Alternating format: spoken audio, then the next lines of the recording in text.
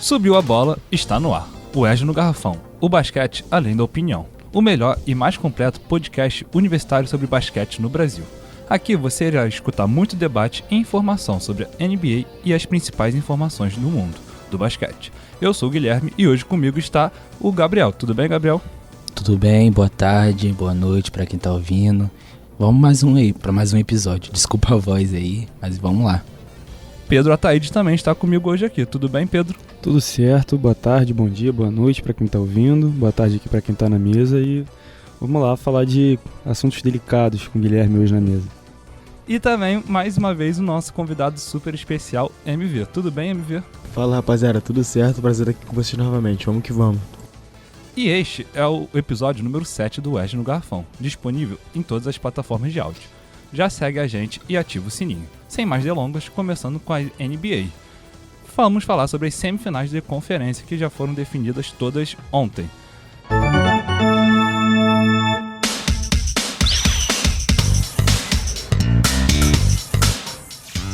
E aí, Gabriel, Boston Celtics e Cleveland Cavaliers, 4-1 Boston, e aí sua opinião sobre essa série? Cara, foi uma série que eu acho que todo mundo já esperava que o Boston ia passar e que ia ter uma facilidade nessa série.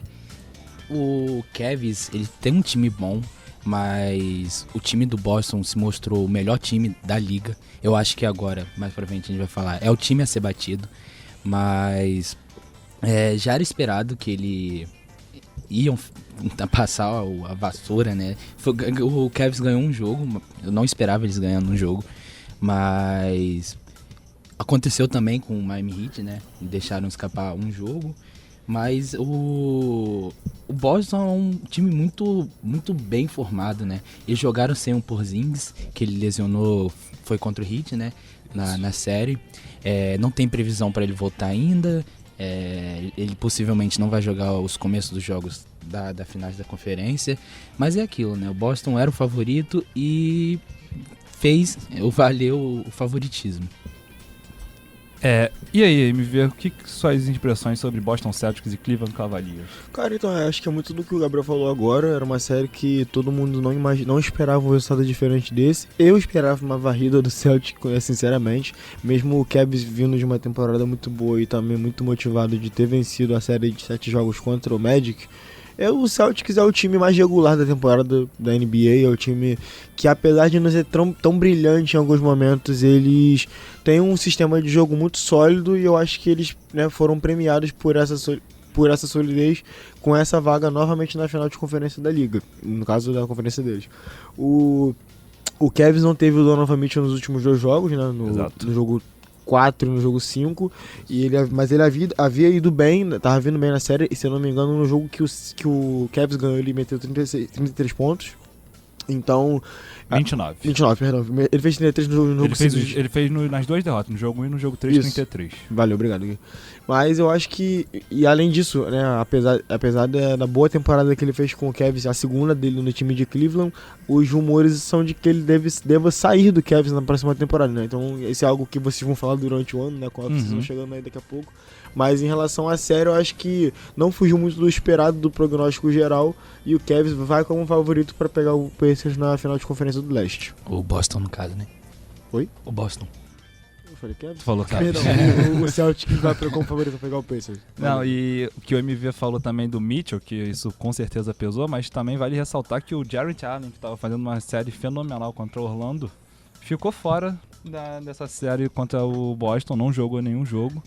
E aí, Pedro Ataíde, suas impressões aí de Cleveland e Boston Celtics? Minhas primeiras impressões são Donovan Mitchell, Los Angeles tem belas praias, uma belíssima paisagem, então fica à vontade para conhecê-las.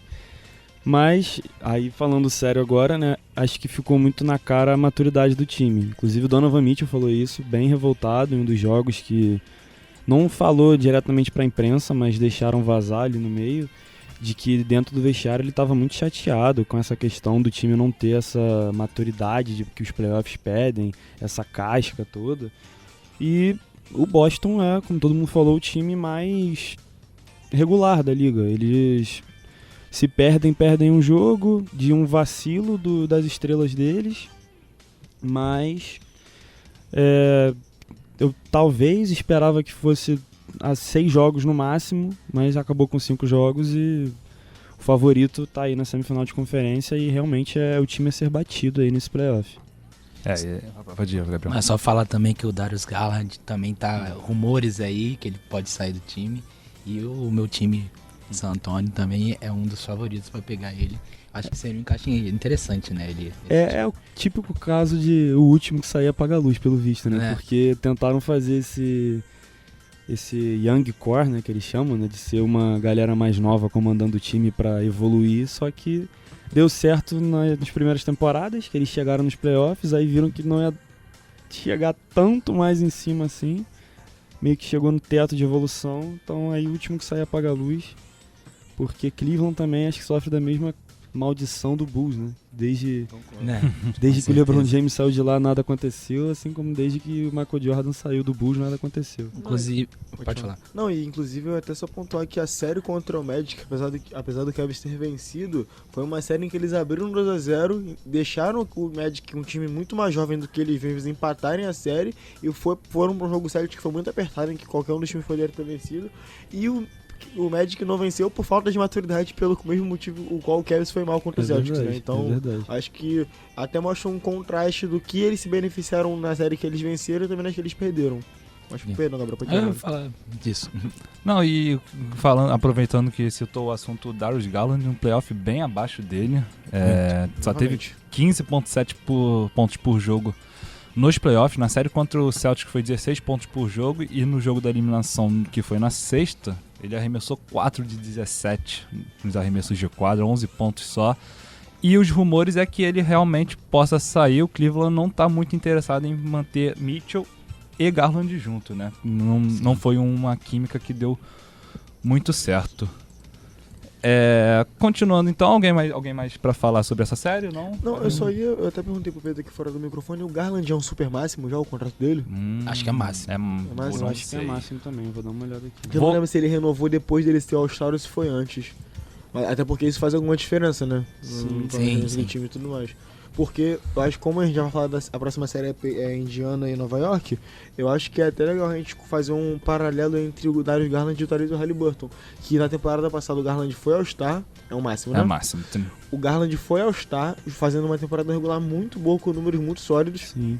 E na temporada passada mesmo, foi aos playoffs e não performou tão bem. Algo que eu reparei também no Tyrese Haliburton essa temporada, apesar da lesão dele. Ele teve uma lesão que deixou ele fora das quadras por um tempo, mas mesmo depois que ele voltou, a gente viu o Haliburton um jogador muito mais inibido do que ele costumava ser. Então acho que é até um ponto pra gente poder falar sobre em relação à série Pacers e Knicks, apesar do Pacers ter vencido, né? Exatamente. Continuando no leste, também tivemos a definição do outro finalista de conferência, que foi o Indiana Pacers, que ganhou do New York Knicks em 7 jogos, 4-3. O jogo foi ontem à tarde, lá no Madison Square Garden. E começando pelo Pedro Ataíde. E aí, Ataíde, o que são as impressões dessa série aí entre Knicks e Pacers?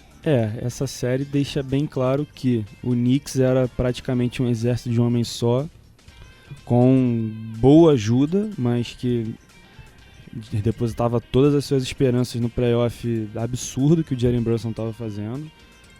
Números assim, perto de Michael Jordan mesmo, que, se eu não me engano, acho que foram mais de 6 jogos de 40 pontos, um negócio desse. Ele teve 4 jogos seguidos de pelo menos 41 pontos. Então são números absurdos, mas que, enfim, infelizmente ele acabou se lesionando no meio pro final da partida do jogo 7, né?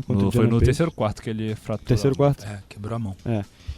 E Indiana eu acho que é um time, não vou falar que é também tão melhor assim, mas eu acho que consegue dividir um pouco essa responsabilidade, porque o Siakam acho que é um caso à parte desse time, porque é impressionante como a geração de Toronto, que é campeã, né, do título ali, é uma geração muito vencedora, cara. Porque você vê o Siakam, que deve ser uma das estrelas mais subestimadas da liga, que ninguém comenta, e tá ele ali de novo numa final de conferência, sendo destaque de novo. E o Haliburton, por mais que ele fez um playoff bem Não tá Instável, Bem né? preguiçoso. Ele até foi bem nesse jogo 7, conseguiu matar suas bolinhas.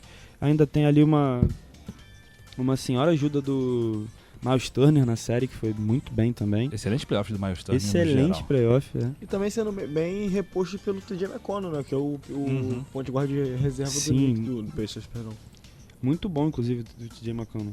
Mas eita, agora que eu vi que a gente não teve aí, eu tava falando do Jalen Brunson, que não fez uma excelente partida, mas o Don't de 20 anos meteu 39 39 pontos. 9 pontos. bolas de 3 em 15 tentativas. Acho que é um Mas- recorde do Knicks, se eu não me engano. Enfim, não deu e Indiana vai aí pra final de conferência torcendo pra que o melhor aconteça, porque acho que eles têm que torcer bastante contra esse Boston Celtics.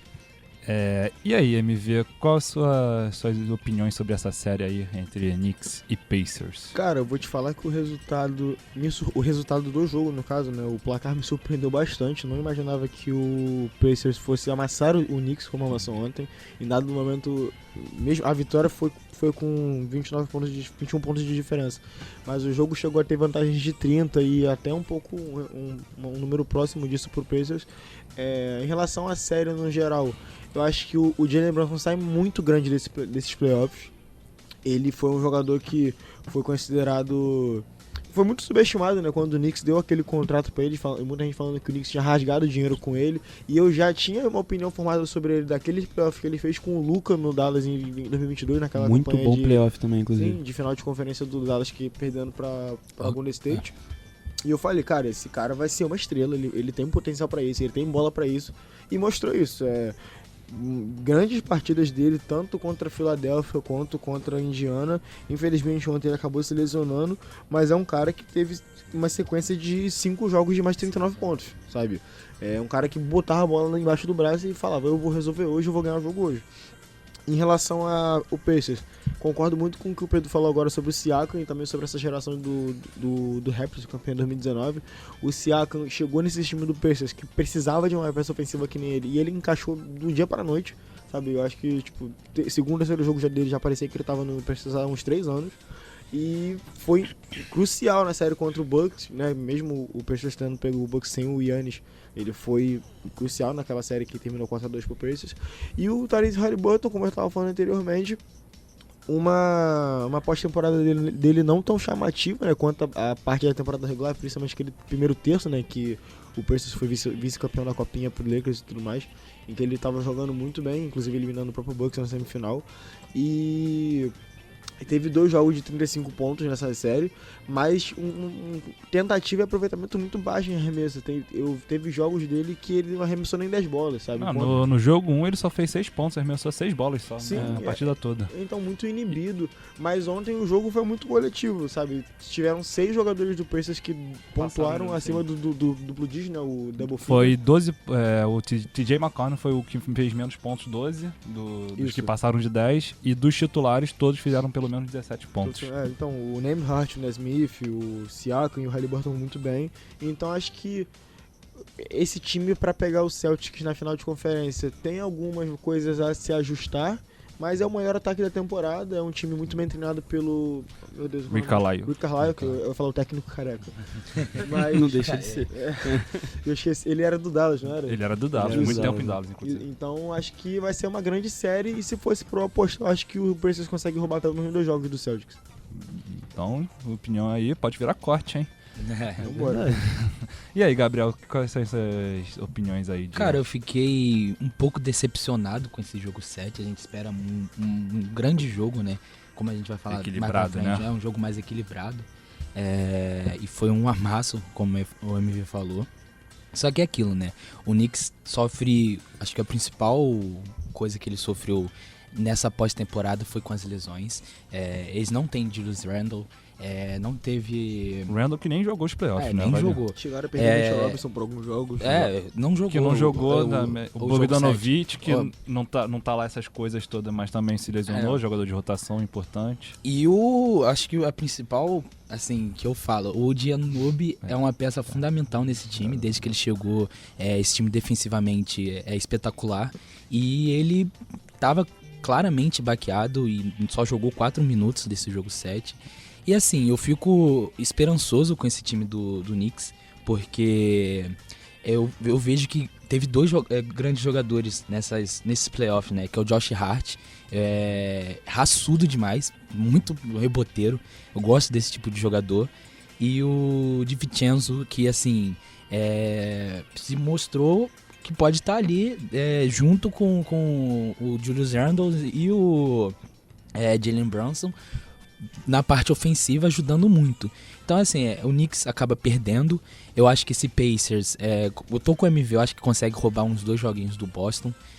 Vai ser uma série interessante, eu tô curioso, a gente precisa dessa constância do Haliburton, ele que é um jogador bom, né? Por algum momento da liga aí, nessa temporada, ele foi o melhor armador, ele, tinha vários highlights dele achando bolas bizarras, e assim, ele é um cara que eu gosto muito também. Mas é isso, eu acho que agora pra ver esse Indiana e Boston vai ser interessante. Tô torcendo pra um jogo 7 também, equilibrado, que um jogo 7 paulado igual foi esse Indiana e New York Knicks é chato. Antes de a gente prosseguir, queria saber, eu tava vendo aí nas redes sociais muita gente falando que o Indiana Pacers deu sorte porque pegou o Milwaukee Bucks sem Antetokounmpo e o Knicks todo quebrado. Vocês acham que eles teriam condições de passar de Milwaukee se ele tivesse 100% ou dos Knicks? E aí, Gabriel, começando por você dessa vez. Cara, eu acho que não. Assim, a gente viu o que o Giannis fez a temporada toda. Pra mim, a melhor temporada do Giannis, de longe. Foi uma temporada ofensivamente absurda. Defensivamente também, pra mim, ele é top 5, top 10 jogadores da NBA. Então ele faz diferença. E assim, ele é o principal jogador do Milwaukee. A série foi 4-2, né? 4-2. E eu acho que o Giannis ia fazer muita diferença. Agora, essa questão contra o Knicks, eu não sei. Acaba sendo sorte mesmo. Porque a gente tem que o que o MV falou, né? O Haliburton é muito inconstante e eu acho que a peça-chave, né, que ele precisa no jogo contra o Boston, na série, é essa constância. Ele precisa ser um cara que vai fazer ponto e vai distribuir bola. Mais confiante, né? Exatamente. E aí, a MV, tu acha que os Pacers teriam condições de eliminar um Milwaukee completo e um Knicks completo também? Cara, perdão, Pode já entendendo a pergunta. Acredito que sim, até porque o Pacers ganhou do Bucks na temporada regular e na Copinha também. E com o jogaço do Haliburton. Foi 5-2 Pacers contra o Milwaukee na temporada sim. regular, porque o jogo de semifinal não conta como... não conta como foi jogo. 5-2, se eu não me engano. E o Haliburton teve o jogo do Haliburton fazendo o reloginho do Lillard e tudo mais, então, tipo, eu não acho que...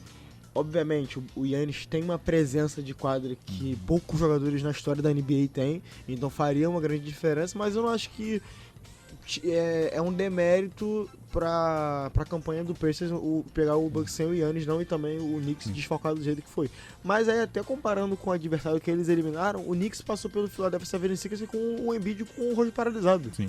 Então, você vê que não é só um time que se beneficiou disso durante a temporada. Você vê em todas as séries, o Dallas passou pelo Clippers sem o Kawhi Leonard, o Thunder não teve nenhuma lesão agora, mas... Sério? Não, que... pensei que era Thunder e Pelicans, que o Thunder passou... o Thunder passou pelo Pelicans sem o Zion. Ingram. Sim, baleado. Então, tipo, sempre vai ter... Não tem como fugir disso. Toda temporada, toda pós-temporada da NBA sempre vai ter algum time desfocado de alguma grande estrela ou uma peça muito importante. É verdade. O Denver, por exemplo, passa do Lakers com o Jalen Hood-Schifino machucado. Que ele fala, com o D'Angelo Russell em quadra. Também. É uma lesão crônica. O Coisa não jogou também, né? O Christian Wood também não joga. O Jimmy perdeu alguns jogos, né?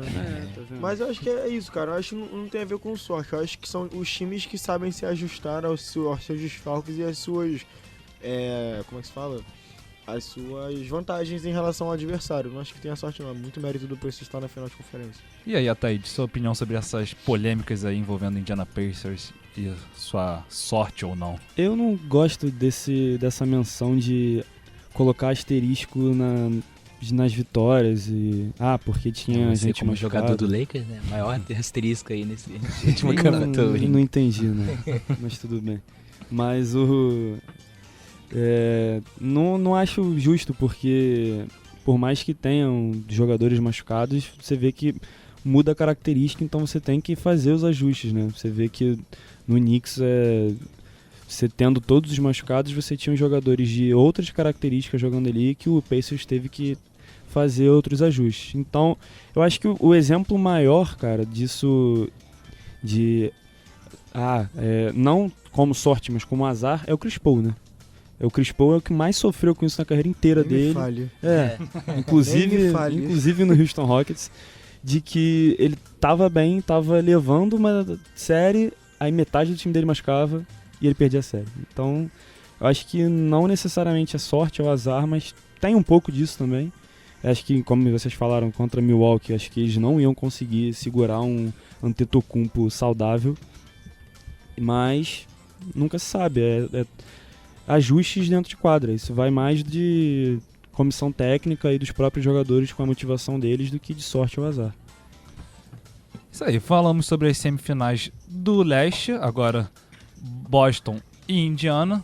A série começa amanhã em Boston, lembrando que Boston tem um mando de quadra. E agora vamos falar sobre as semifinais do oeste, que teve seu último classificado ontem, que foi o Minnesota, mas vamos começar com a série de Dallas e OKC, que acabou no sábado, 4-2 pro Dallas Mavericks. E aí, Pedro Ataíde, começando por você agora, sua opinião aí sobre essa série entre Dallas e Oklahoma City Thunder. O Oklahoma ficou no quase de novo, né? Que é a geração de ouro da NBA.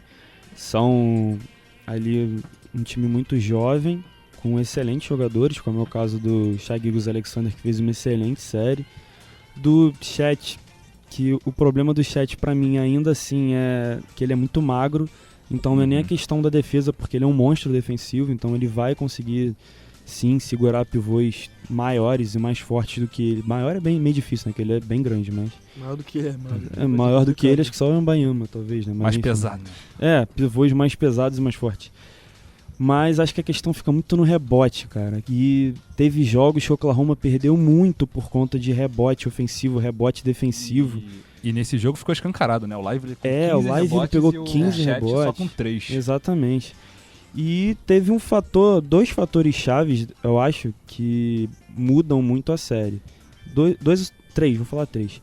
Que todo mundo sabe que é o Luka Doncic entrar na série e acabou a série, né? Porque, enfim.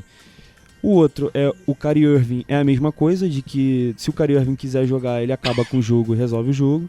E o terceiro é PJ Washington, que acho que ninguém imaginou, ninguém sabe de onde veio. O PJ Washington fez o que fez e fez uma excelente série contra Oklahoma e chegou na final de conferência.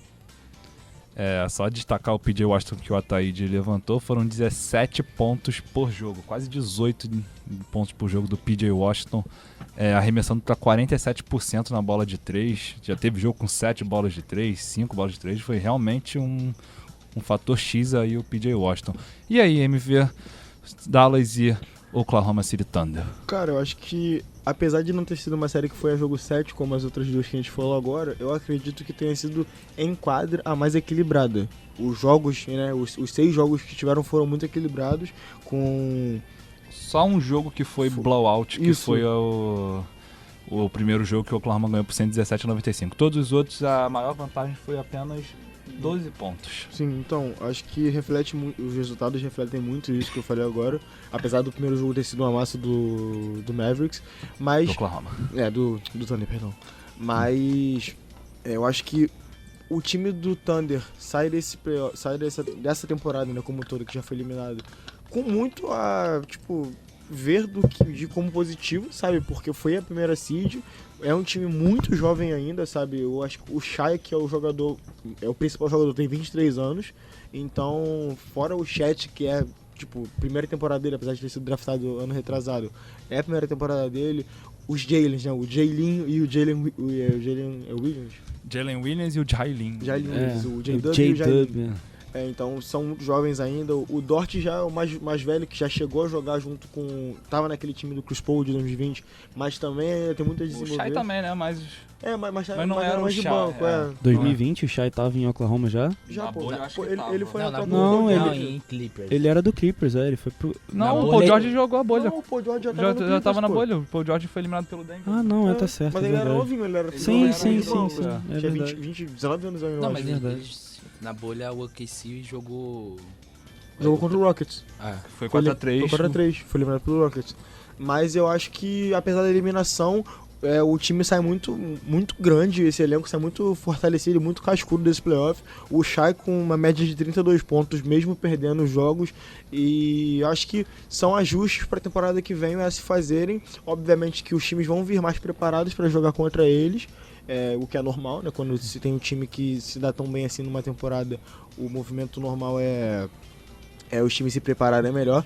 E agora sobre o Dallas, eu acho que acho que é o time que mais soube se ajustar para os playoffs até aqui. Acho que é o time camaleão dessa temporada é o Dallas Mavericks do Jason Kidd. Jason Kidd. Pensei que você tava falando do Luka. Eu pensei que era o Luka também. O rapaz. O rapaz jogou no Nets. Pensei que você só pensou no Calvo, né? Porque Sim, eu pensei. Outro careca. Porque teve um ajuste na série contra o Clippers em que eles aproveitaram muito o jogo de transição, os rebotes que foram muito importantes nessa série contra Dallas, o Derrick Lively e o P.J. Washington estão sendo muito importantes na série contra Los Angeles e agora também. E o Luka Doncic e o Kyrie Irving, que acho que vendo uma olhada falando deles aqui, sabe? Acho que o que tem pra se destacar até falar o que o Pedro tinha falado no último episódio que eu gravei com vocês, sobre o engajamento defensivo desses dois, porque não era algo destacado no jogo deles. Impressionante. E agora você vê, cara, o Luka é um jogador que eu sou fã do jogo dele, mas tenho as minhas ressalvas em relação ao personagem, porque eu não gosto do tanto que o Luka apita os jogos. O Luka me lembra muito o LeBron James na época de Miami, o tanto que ele fala com os árbitros, isso me incomoda muito. É verdade. Mas é um jogador, extra classe, tem tudo pra ser um dos melhores da liga nos próximos anos. E é até legal a gente relembrar aqui que os 4 finalistas de conferência são comandados por algum jogador da nova geração. Sim. O Wolves do Anthony Edwards, o Dallas do Luka Doncic, o Celtic do Jason Tatum e o Indiana Pacers do Tyrese Haliburton. Então acho que Dallas vai à final de conferência novamente com muito mérito, mas o Thunder poderia ir da mesma maneira, e eu acho que é um recado muito bom pra gente que gosta de basquete, ver que o título esse ano vai ser pra algum time que é novo, sim, sabe? sim. Acho que essa é a parte mais legal desse ano da NBA. Eu vou só fazer um adendo antes do Gabriel de um negocinho que eu vi que ele falou desses 4. E a piadinha do momento é falar que é o filho do Michael Jordan, que é o Anthony Edwards. o Michael Jordan, o LeBron James branco, que é o Luka Doncic. O regen do Paul Pierce, que é o Jason Tatum. E o Chris Paul alto, que é o Tyrese Haliburton. O Chris Paul. Essa não tinha ouvido, não. E aí, Gabriel, Oklahoma City Thunder e Dallas Mavericks? Cara, essa era a série que eu tava mais ansioso pra ver. Eu, nesses playoffs, como meu time não tá nele, tô torcendo pro Dallas. Eu sou muito fã do Luka. Eu gosto muito do jogo dele. E, cara, esse time é uma surpresa pra mim. Desde a trade deadline, né, que eles conseguiram os 2 pivôs. Foi o Gafford e o... Foi quem? O Gafford? O Kevin e o P.J. Washington. O P.J. Washington. O Lively ele foi draftado. A gente vê, como o MV falou, né? O P.J. Washington tá jogando demais. É um cara que tem a aura, né? A famosa, lançou aquela pose dele lá no final do jogo. É um cara que joga muito. E assim, esse Mavis, eu fico muito feliz. A principal surpresa pra mim é o Lively. É absurdo o que ele joga. Nem parece calouro, né? Não parece calouro. Muito mais do que ele tá passando, né? Ele perdeu a mãe tem 2 semanas, 3 semanas. E assim, ele botou o Chet no bolso. O Chet, que é um pivô com mais de 2,14, 2,16. Pô, é enorme, ficou com 3 rebotes. E o Lively com 15. Inclusive saiu aqui agora, acabou de sair o time de rookie. E o Lively não tá no primeiro time. Apesar dessa nova mudança de poder colocar mais de 3 pivôs. E isso eu achei injusto. Que eu prefiro ele do que o Podjanski. O Podjanski. Isso aí. Então, assim, a surpresa pra mim é o Lively. Eu tô ansioso pra as próximas... Essa série agora também. Eu acho que vai ser uma série muito difícil. O Lucas já tá muito machucado, já tá muito abatido. E ele vai pegar um time que é muito físico. Eu acho que é o time mais físico da NBA que tá nesses playoffs. A defesa mais difícil, foi a principal, a melhor defesa da temporada. E eu tô ansioso pra ver essa série. A série contra o OKC,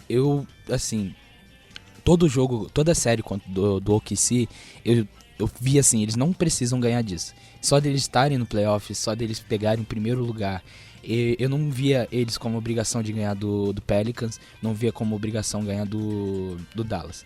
Eles conseguiram um jogo 6, conseguiram um 4x1. Foi 4x1 ou 4x0. 4x0 contra o Pelicans. Então, assim, esse time que é surpreendente. Tipo, esse rebuild que o time de Oklahoma fez. Foi o quê? 2, 3 anos e já estão no topo da liga novamente.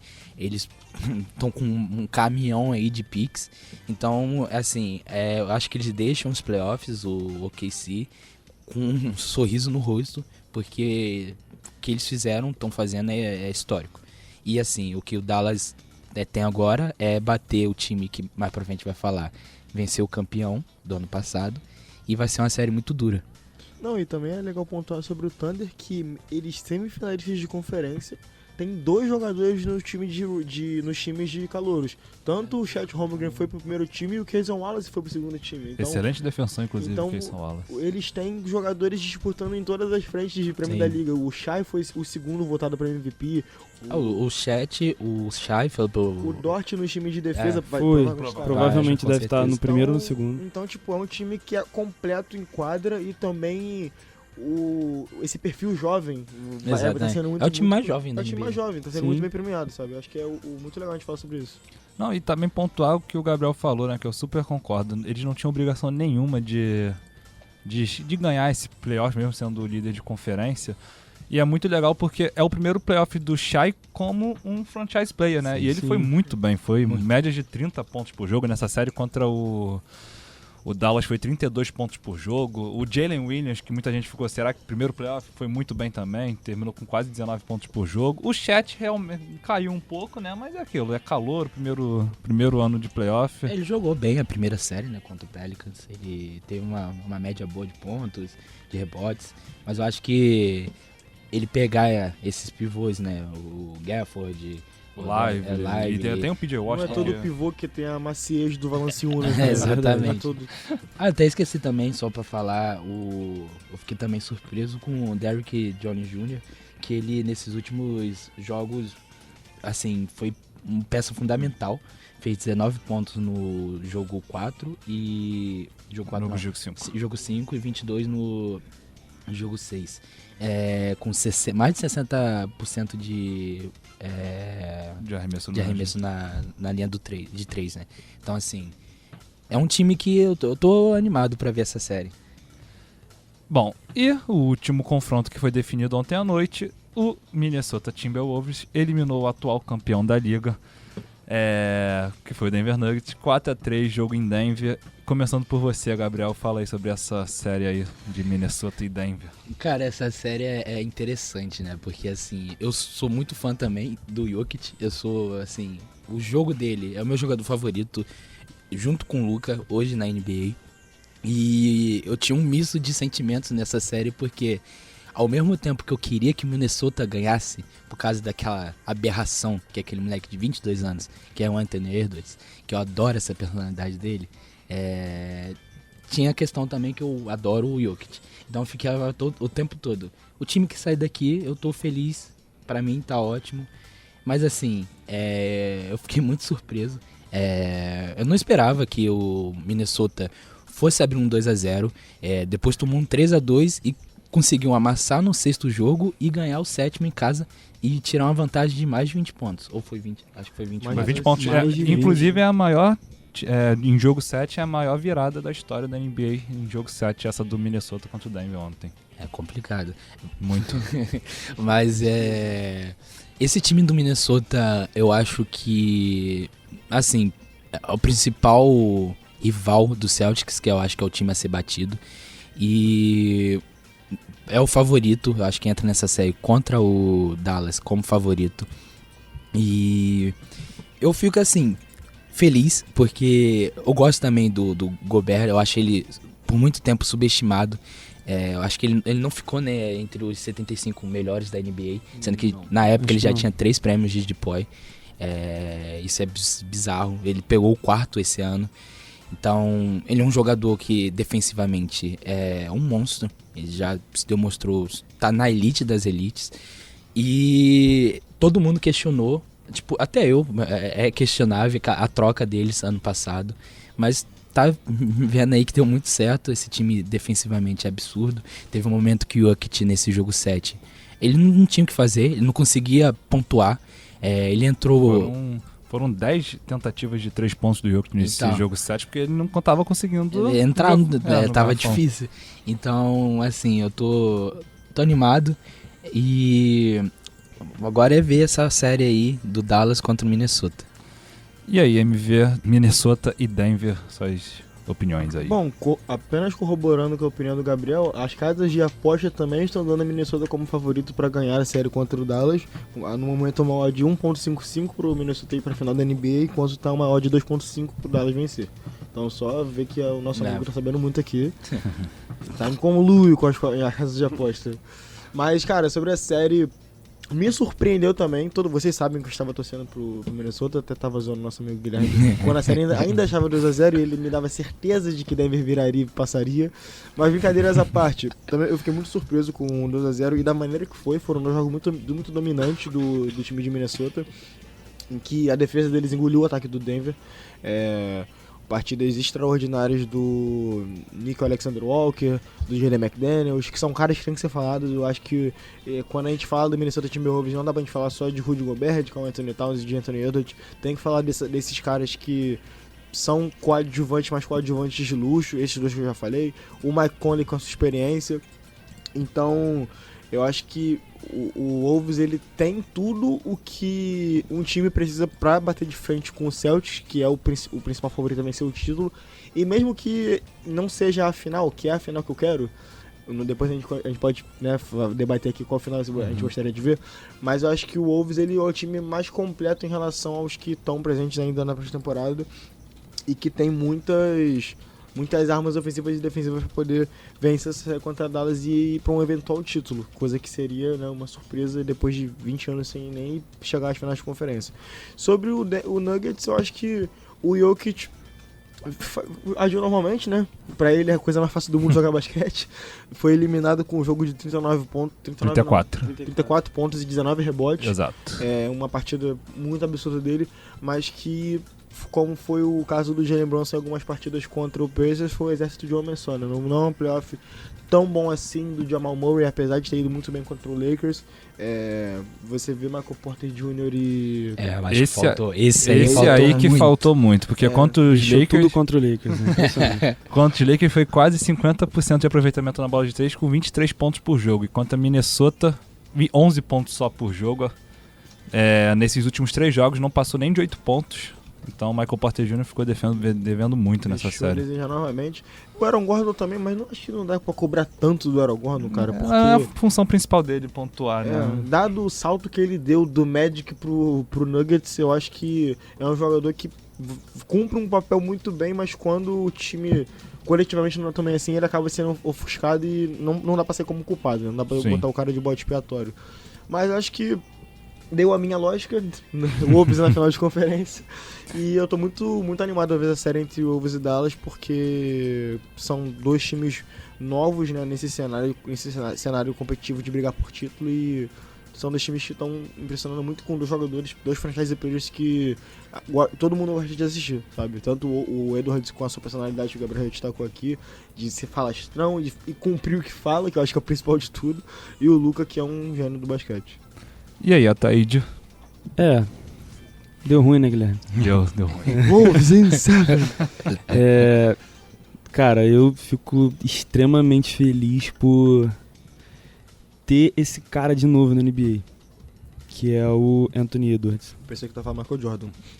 Não, ainda não. Mandou tchauzinho ontem, inclusive. Mandou tchauzinho e fez, 7 com a mão pra falar que eles iam chegar no jogo 7. Cara, falta isso, entendeu? Falta essa provocação, falta esse trash talk clássico, que inclusive Kevin Garnett era rei de fazer isso, que foi a última vez em que Minnesota Timberwolves chegou na final de conferência, foi com Kevin Garnett. Mas acho que além disso tudo, além do personagem sensacional que é Anthony Edwards, é o sistema inteiro do Minnesota Timberwolves, porque você tem jogadas que o Jokic saia com a bola ou o Murray saia com a bola, ele passava do primeiro marcador e logo em seguida já tinha outro em cima dele pressionando, e era sempre o Mike Conley e o Alexander Walker pressionando o tempo inteiro, as saídas de bola, antes até de passarem no meio da quadra, o que dificultou muito o Denver jogar. Que o Denver, por mais que seja um dos melhores times que a gente vê aí nos últimos tempos, é um time que, pra mim, carece um pouco na questão defensiva. Porque o melhor defensor da equipe titular talvez seja o... KCP ou Aaron Gordon? Um no perímetro e outro no garrafão. garrafão. Enquanto o Minnesota, todo mundo marca minimamente bem. O Karl Anthony Towns não, né? Mas Fofo. ele é alto. Ele é fofo. Mas acho que fica aí essa dualidade, né, nessa série, que o Denver é um time sensacional ofensivamente. Deve ser talvez o melhor time ofensivo da liga hoje, questão do papel, né, que não é, nos números não é. Mas o Minnesota consegue prevalecer isso com a sua defesa sensacional. E é o que os americanos gostam de dizer, que ataques ganham jogos, defesas ganham campeonatos. Então Minnesota seguiu a risca aí nessa série. Não, e esse duelo de características ofensivas e defensivas acabou sendo muito melhor pro Wolves, porque o Denver, o Jokic é um jogador de meia quadra, e o Denver também, consequentemente, por ser um time que é montado pro Jokic jogar melhor, acaba também sendo um time que joga muito na meia quadra, e o Wolves, com essa pressão em cima, com esses jogadores tão físicos, tão rápidos, tão ágeis, acabou dando muito certo. E também o ataque do Wolves, cara, é algo muito, muito encaixado. Eu vi uma jogada ontem no jogo, que teve uma roubada de bola do Mike Conley, que ele solta a bola pro Anthony Edwards, ele solta no nariz já indo pro corner, pra já receber a bola, matar de três, foi até uma das últimas jogadas da partida. Não, e ele dá uma enganada na defesa, porque Pediu uma ele layup. pede uma ponte aérea pro Mike Conley e corre pro corner. Isso é sensacional. Muito legal ver esses nuances mais táticos da partida. Não, e só destacar também, né, que a tal da fórmula que era pra bater esse time do Denver, que muita gente falava, o Minnesota tinha, né? Porque nessa série, muitas vezes a gente viu os três pivôs jogando junto, já que o Karl Anthony Towns e o Naz Reid, eles são móveis, eles conseguem fazer uma ala e jogando com o Gobert. E o jogo de ontem ficou claro isso. O Jokic não tava, tinha um momento que o Jokic não conseguia arremessar dentro do garrafão e tentou 10 bolas de 3. Só converteu 2. E aproveitando que eu citei o Naz Reid, super importante vindo do banco. Uma coisa que o Denver não tem mais desse ano, que o Bruce Brown saiu. Jeff Green. Jeff Green, que era importante na questão do tamanho. Titio Jeff, saudades. Mas o Naz Reid foi muito importante nos 2 primeiros jogos. E ontem, no último quarto, é difícil falar, mas botou o Jokic no banco, no bolso no último quarto, no clutch time. E é isso. Mais alguém pra falar sobre essa série? Só ia falar que é triste, né? Porque o Denver fez de tudo pra tentar tirar o Karl Anthony Towns com faltas. Conseguiu. Foi o Naz Reid. Aí veio o Naz Reid e acabou com o jogo. Complicado. E um playoff muito maduro do Towns, né? Em relação à falta, que era algo que ele era muito criticado. Foi cobrado, né? Do nosso mano.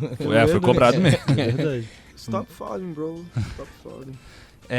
Então, prosseguindo, agora vamos suas previsões aí sobre as finais de conferência, o que vocês esperam, começando agora pelo MV, que ainda não começou.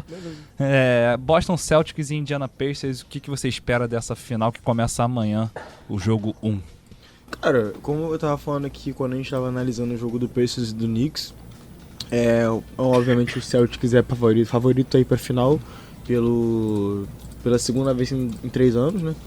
Mas o Pacers tem armas pra poder surpreender esse Celtics, que eu já falei em off com vocês, nunca falei aqui porque, né, não tô aqui toda vez, mas já falei com vocês e com alguns outros amigos meus que veio basquete em off, que o Celtics pra mim, apesar de ser um time muito sólido, tem problemas em fechar jogos e também em se manter bem nos jogos psicologicamente. Tu falou isso aqui, sim. Eu já falei aqui, falou. Porque esse é um ponto que eu sempre tô batendo na tecla, porque acho que é algo crucial pra você ser campeão, sabe? E principalmente o Celtics que vem com toda essa expectativa, toda essa pressão em cima do Jason Tatum pra ser campeão logo, pra vir esse 18º banner.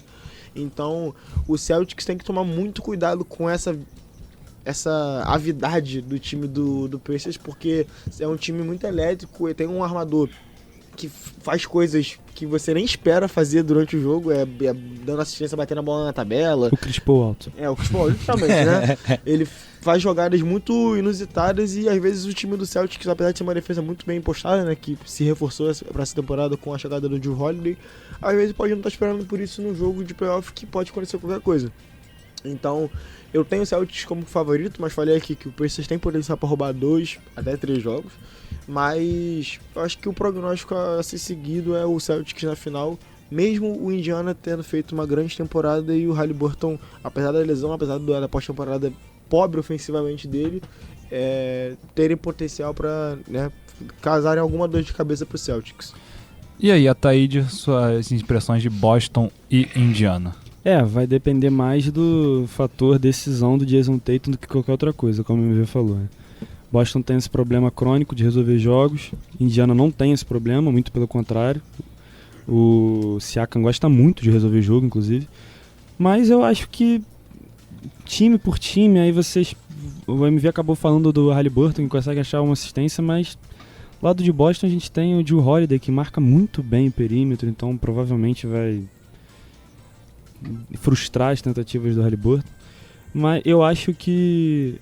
Mas o Porzingis está fora, o MV acabou de falar. Tem chance? É dúvida. Dúvida.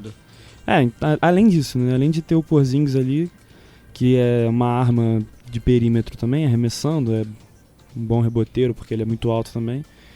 Mas eu acho que não tem muito pra onde correr, cara. É Boston no máximo em 6 jogos. Acho que o Indiana acho que o Indiana não tem muita força também não pra isso. Além disso. E aí, Gabriel? Cara, eu confesso que vai ser a primeira série nesses playoffs do Boston que eu vou realmente querer assistir. Porque os outros dois contra Miami e contra o Cavs, eu não tinha muita vontade, que eu tinha certeza absoluta que o Boston ia passar muito fácil. Quanto o Pacers, eu já acho que pode ter uma dificuldade. Eu acho que se o Haliburton vem com jogos bem definidos, né, com uma constância, sendo o jogador que ele é, e um jogador que ele foi durante muito tempo na temporada, eu acho que esse Pacers pode incomodar demais o Boston e catar alguns jogos. Eu acho que também tem a possibilidade de um jogo 6, um 4-2, também eu acho que vai ser um 4-2, mas tem a possibilidade de roubar a série. Assim, esse time do Pacers impressiona a gente, né? Desde o começo da temporada, ganhando do Milwaukee, indo pra final da Copinha. É um time que, assim, tem raça. Tem Pascal Siakam, como vocês falaram, né? Vem de Toronto com essa sede de vencer, de ganhar, é muito raçudo. E tem o Haliburton, que pra mim é um gênio. Então acho que a série vai depender de como ele vai estar jogando. Mas eu acho que, assim, a série vai dar Boston em 6 jogos, né? 6 jogos, 4-2 também? Sim. MV foi em 6 também? Ou não? Em 6. Eu acho que Boston ganha em 5, eu acho que vai ser 4-1. Esse time do Indiana ainda não tem essa confiança toda. Nem dos jogos em casa, cara. Oi? Nem dos jogos em casa? É o que eu falei, né? Lá atrás. Denver, lá atrás o Denver pra mim era o que jogava o melhor basquete, mas no papel esse time do Boston é encaixadinho, até defesa, aquilo, né? Ataque. Vocês falaram aí da questão do Porzingis, eu vi em algum lugar que é confirmado, acho que é quase confirmado que os 2 primeiros jogos ele não consegue jogar. Eu vi que era mais pro final mesmo, então. E não estaria 100% se voltar. Ia voltar lesionado, de lesão, sem ritmo. Então, assim, tem a possibilidade. E, assim, o Porzingis é o 3º melhor jogador do Boston, na minha opinião. Sim. Ele, nessa temporada, acho que cresceu defensivamente e ofensivamente também. Ele tem aquela bolinha de 3. Só não consegue jogar de costa pra cesta, apesar do seu tamanho absurdo. 2,16 m. Um almofadão. Bem macio. Mas, assim, ele é um dos principais jogadores de Boston e vai ser desfalque, né? Começando agora por você, Ataíde, Minnesota e Dallas Mavericks, sua previsão aí dessa série. Essa série que eu acho que é a série que o Gabriel falou de Boston e Indiana, do caso do Boston, né? Essa série é que eu vou querer realmente acompanhar para valer todos os jogos possíveis, porque eu acho que é a série mais disputada que pode ter nos playoffs.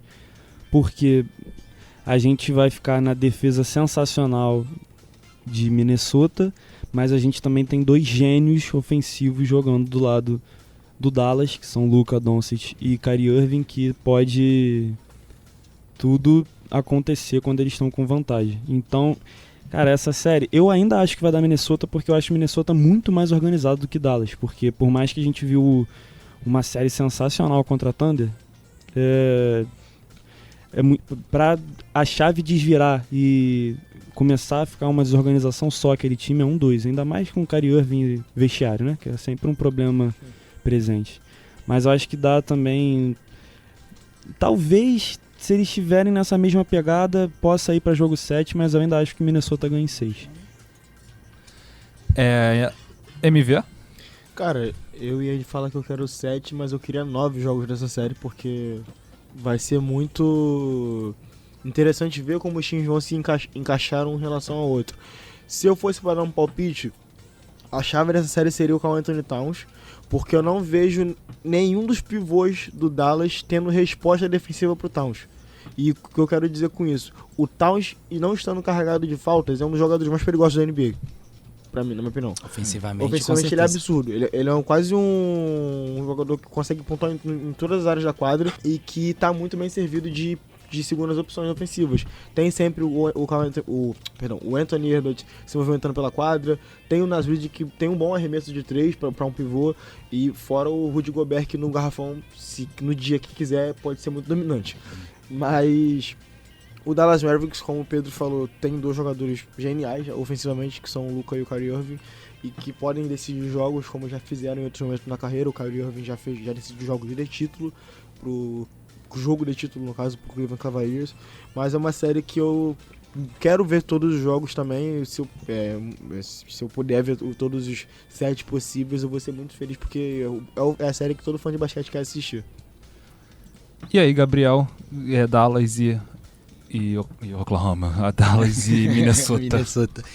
Eu tô com o Pedro. Essa é uma série assim que eu não vou perder um jogo. Eu falei do Boston, porque assim, eu acompanhei acho que 3 jogos só, mas esse eu não vou perder nenhum. Tô muito animado pra ver. Eu falei, Luka é um dos meus jogadores favoritos. O Anthony Edwards tá se tornando um dos jogadores favoritos também. E vai ser uma série muito interessante de ver. Eu acho que, como eu falei antes, vai ser uma série muito difícil pro Luka, que já tá muito baqueado. A gente vê que ele tá cansado, sentindo muito o tornozelo, o joelho.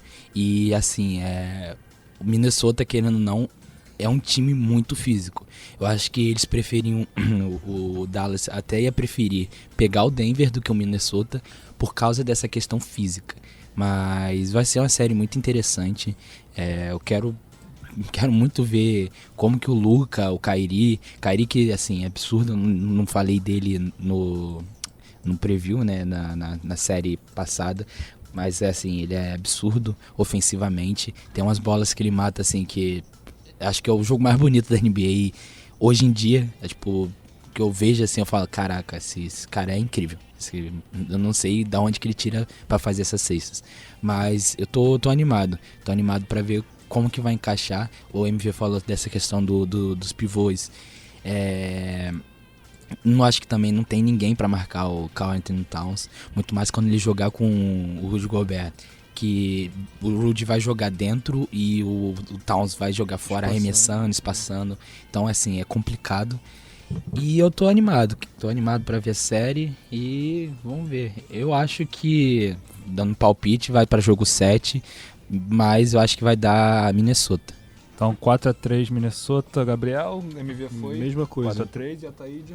4-3 também, 4-3 Minnesota. Eu também acho que Minnesota passa. E eu acho que vai ser jogo 7 também. Minha única preocupação com o Dallas é o estado do Luka Doncic, que a gente viu que ele estava bem embalhado nessa série contra o Oklahoma. Aí ele vai enfrentar uma marcação pesada do Jaden McDaniels, que é um baita de um defensor. Muito provavelmente vai ser jogador de primeiro time de defesa da NBA. E ainda tem o Anthony Edwards, que é um baita de um defensor também. Um dos melhores two-way da NBA. No domingo, no dia 12... A gente teve a loteria do draft que decidiu as ordens das escolhas, né? E tivemos uma grande surpresa, que foi o Atlanta Hawks, que foi um time que terminou em 10º na Conferência Leste, tendo a primeira escolha. Muito provavelmente o Alexander Sarr, né, o francês pivô, que pode jogar também de ala pivô, vai ser a primeira escolha. Também temos jogadores como Nicola Tupic, o sérvio, Reed Shepard, que é de Kentucky, o outro francês, o Alazai Richecha, e gostaria de saber de vocês, começando pelo Gabriel, suas previsões de um mock draft aí, lembrando que a ordem das escolhas é Atlanta Hawks, Washington Wizards, Houston Rockets, San Antonio Spurs, Detroit Pistons, Charlotte Hornets e Portland Trail Blazers. Fala ali só do top 4, né, que é o importa. É o top 3, né? Fala só do top 4, 3. pô, porque aí tá tem o San Antonio. Mas, cara, é uma surpresa, né, o Atlanta conseguir essa primeira pick. Eles tinham apenas 3%.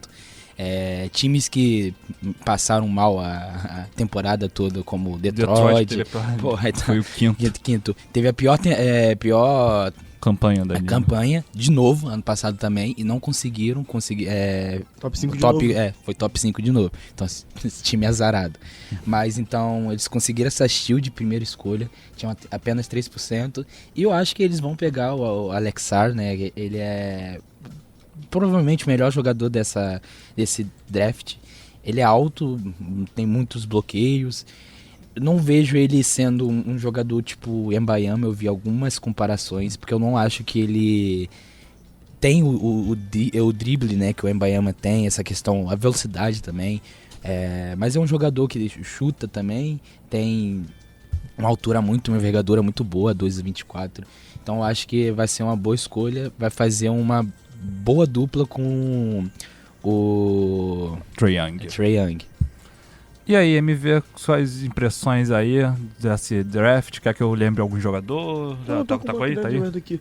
Eu tô muito feliz, né, cara, porque o meu time, o meu querido Rockets, foi brigar por uma vaga no play-in, não conseguiu se classificar por conta de uma tabela muito difícil no final da temporada, mas tínhamos a pique do Brooklyn Nets, que foi vinda da troca do James Harden, e por conta da péssima temporada do Nets, nós conseguimos essa pick 3, que não era esperado. O Nets, pela chance, era muito mais esperado que fosse pegar uma pick entre a 7ª e a 10ª. Então, ter uma pick 3 e um time que já vem se formando muito bem, que já deu resultado na temporada passada, é muito satisfatório. Só vamos ter essa pick porque a nossa outra pick, ela só era protegida em relação à top 4, então ela foi pro Oklahoma City Thunder, mais uma pick pro Thunder, pra variar. Mas, cara, em relação a nome de draft pro meu time, falando especificamente do Rockets, eu gostaria de ver o rapaz de Kentucky, o Reed Shepard, que ele foi muito bem no Combine, se eu não me engano, ele foi o vertical mais alto, né, o salto vertical mais alto do Combine inteiro. Mas agora, olhando aqui pelo Tankathon, que é o site que eu uso para ver o mock draft, no momento o Rockets estaria draftando o Donovan Clegan, que subiu bastante depois do Combine na NBA, que ainda está acontecendo, né? Então, ele subiu 6 posições, ele tava mocado pra ser nono, já tá na terceira. Mas eu vou ser sincero com vocês, não tô tão hypado pra esse draft quanto eu estive pros últimos, né? Mas apesar de ser não é uma série fraca, uma classe fraca, mas não é tão talentosa ou não tem um hype tão grande quanto nas anteriores, né? Saiu uma informação, né, dos GMs dos times falando que a escolha 1 seria equivalente a uma escolha 6 a 7 num draft normal, ou draft do ano passado. Eu então, vi alguém falando que era tipo o primeiro time que escolhesse o prospecto melhor, né? Seria o equivalente a escolher um Anthony Black. Não seria o Anthony Black, eles falaram, mas tipo um role player, entendeu? Sim, tipo, não com um teto absurdo de se tornar uma futura estrela. Que acaba sendo um azar, né, do Atlanta, que é a primeira escolha dele na história da NBA, que eles conseguem a primeira escolha e pegam esse draft fraco. Mas só complementando, como eu falei, eu não tô hypado assim pro draft, eu tô muito mais animado pro começo da próxima temporada e que o calouro que fosse draftado se encaixe bem no time, venha numa segunda unidade, ou até que essa pick vire moeda de troca e o Rockets use pra se reforçar. E deixando claro que eu não quero o Michael Bridges, que é o rumor mais forte que tem, eu não quero o Michael Bridges de jeito nenhum, não mandem esse maluco pra Houston. Mas acho que foi satisfatório pegar a pick 3. E aí, Ataíde, suas impressões aí dessa loteria do draft? Eu tô bem feliz, cara, porque isso quer dizer que a Atlanta pode querer reformular tudo e mandar Trae Young pra Los Angeles, né?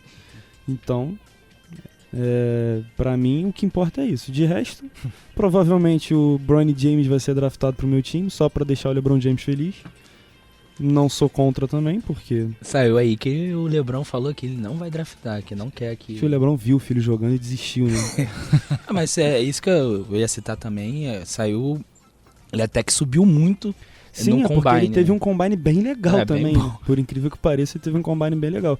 Ele de atributo físico, ele é muito bom, cara. A questão são os atributos Filho de técnicos. peixinho, É, né?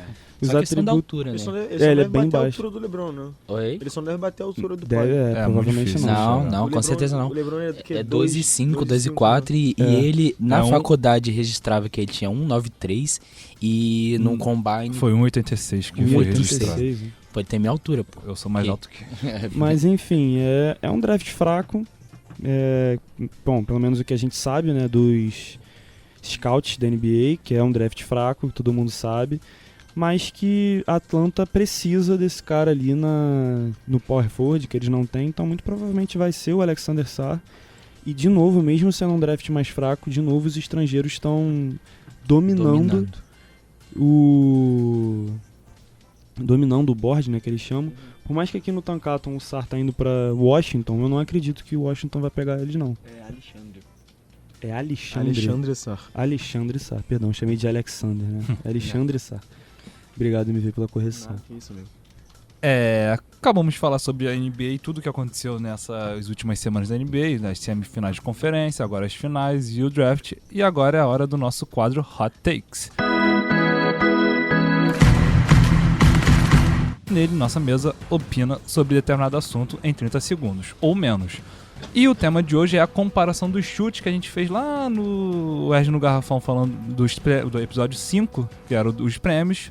Os prêmios foram revelados semana passada e agora a gente vai fazer essa comparação, começando pelo Ataíde. Vou pegar aqui o cronômetro.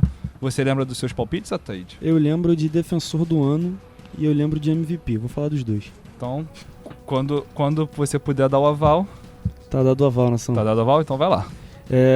Como todo mundo sabia, MVP, eu falei que seria o Jokic, foi o Jokic. Nada de novo sob o sol. E Defensor do Ano eu falei que seria o Victor Wembanyama, por conta da história toda que vem aí com os tocos e tal. Mas ficou pro Rudy Gobert também, tá em boas mãos.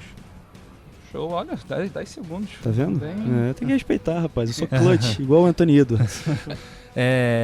O MV não participou desse episódio 5, então vamos já falar do Gabriel, dos palpites dele, quando você puder, Gabriel. Pode contar Pode? aí. Então, vai lá. Só queria falar aqui da mesa, acho que a gente concordou na maioria dos drafts. Eu não lembrava que o Ataíde tinha falado do Wembanyama, do Depoy, mas eu lembro que a maioria tinha concordado com o Rudy Gobert. E acho que a nossa única... Porque os dois falaram, a discordância foi a questão do MIP. Os dois foram Exato. no Kobe White e eu fui no Tyrese Maxey e ele ganhou. E, bom, fico feliz, rookie pro Wembanyama e é isso. Isso, 30 segundos exato.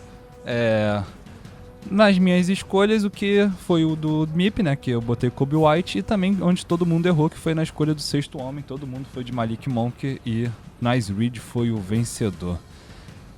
Este foi o Hot Takes de hoje. Chegou a hora de falar do giro da bola laranja.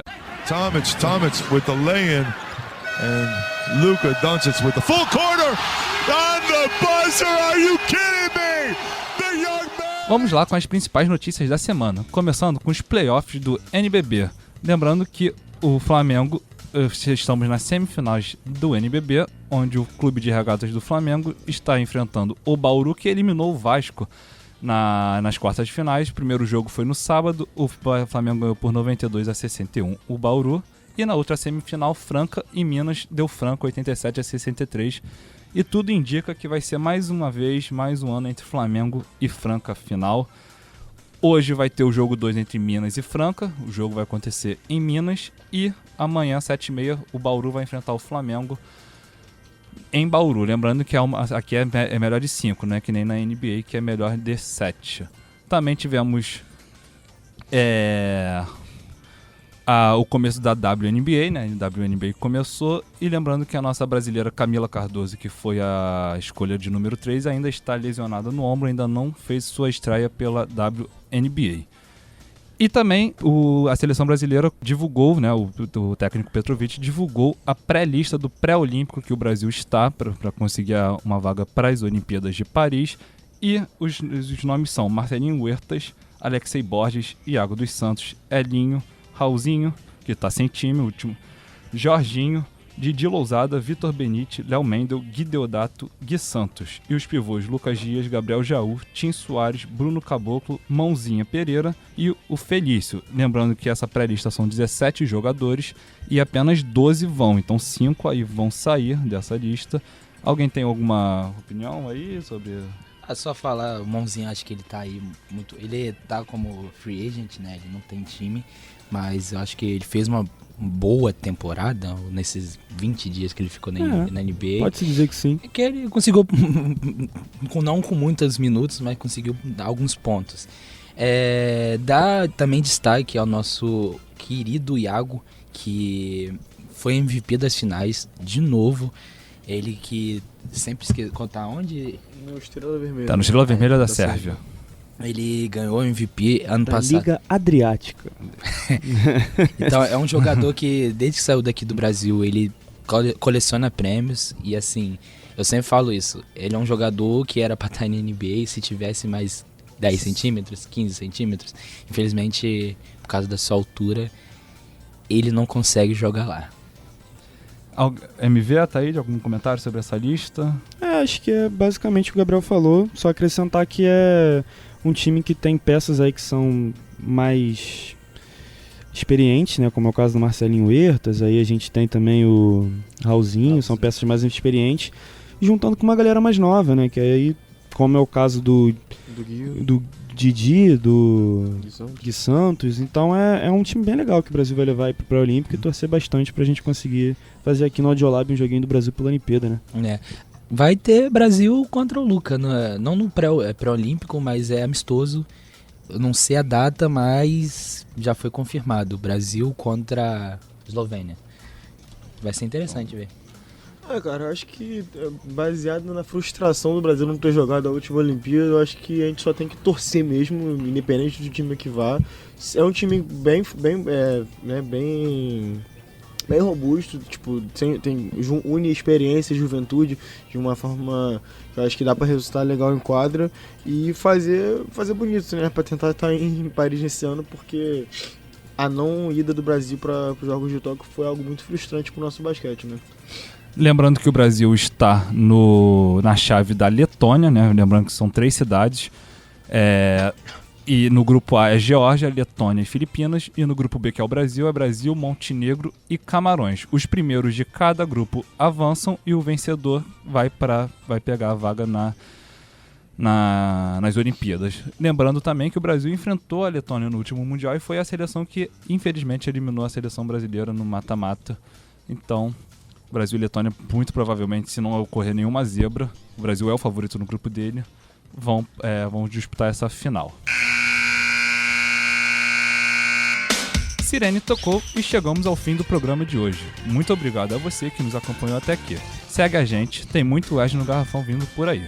Compartilhe esse episódio com todos que gostam de basquete e até a próxima.